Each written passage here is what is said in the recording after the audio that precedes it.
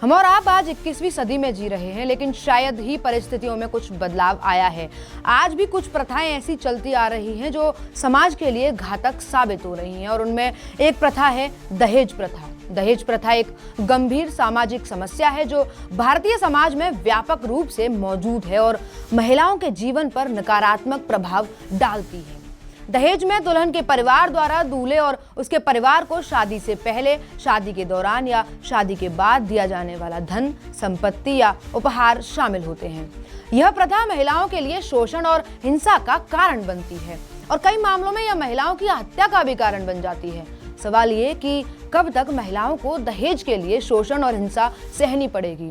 आए दिन अखबारों में या आप भी कहीं ना कहीं सोशल मीडिया पर एक्टिव हैं तो देखते होंगे कि कई मामले ऐसे सामने उजागर हो जाते हैं जहां दहेज को लेकर महिलाएं आत्महत्या कर लेती हैं या दहेज की प्रताड़ना से प्रताड़ित होकर महिलाओं को मार दिया जाता है। सवाल ये कि कब तक एक लड़के का परिवार एक लड़की के परिवार पर निर्भर रहेगा, कब तक लड़कियों की जिंदगी बर्बाद होती रहेगी। आप सोच रहे होंगे कि आज दहेज प्रथा पर हम क्यों बोल रहे हैं, हम क्यों आपके साथ ये बातें साझा कर रहे हैं। तो आपको बता दें कि मध्य प्रदेश के पन्ना से दहेज का एक ऐसा मामला सामने आया है जहां अजयगढ़ के ग्राम बहरावाड़ा में एक बेटी के अरमानों पर पानी फिर गया। जब वर पक्ष ने दहेज में 1 लाख रुपए की मांग कर डाली और मेहंदी लगाए बैठी रही दुल्हन, बिना शादी के लौट गई बारात, कारण सिर्फ एक दहेज। आइए जानते हैं क्या है पूरा मामला। अजयगढ़ के किशनपुर गांव की एक बेटी का रिश्ता सिंहपुर निवासी सोनू साहू से तय हुआ था। विवाह के लिए किशनपुर के मैरिज गार्डन में लगभग सभी तैयारियां पूरी कर ली गई थीं। वधु पक्ष के लोग बारात का स्वागत करने के लिए तैयार थे। दुल्हन लाल जोड़े में हाथों में मेहंदी लगाए विवाह की रस्मों का इंतजार कर रही थी। तय समय पर बारात पहुंची, लेकिन तभी दहेज को लेकर विवाद हो गया। वधु पक्ष का आरोप था कि वे सामर्थ्य के अनुसार दहेज दे रहे थे, लेकिन वर पक्ष के लोग 1 लाख की जिद पर अड़ गए।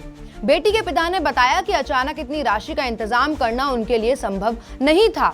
जब नकदी देने से मना किया गया तो वर पक्ष ने शादी करने से मना कर दिया।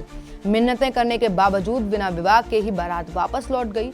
दुल्हन के पिता ने पुलिस में शिकायत दर्ज कराई कि वर पक्ष 1 लाख रुपए देने की मांग कर रहा था।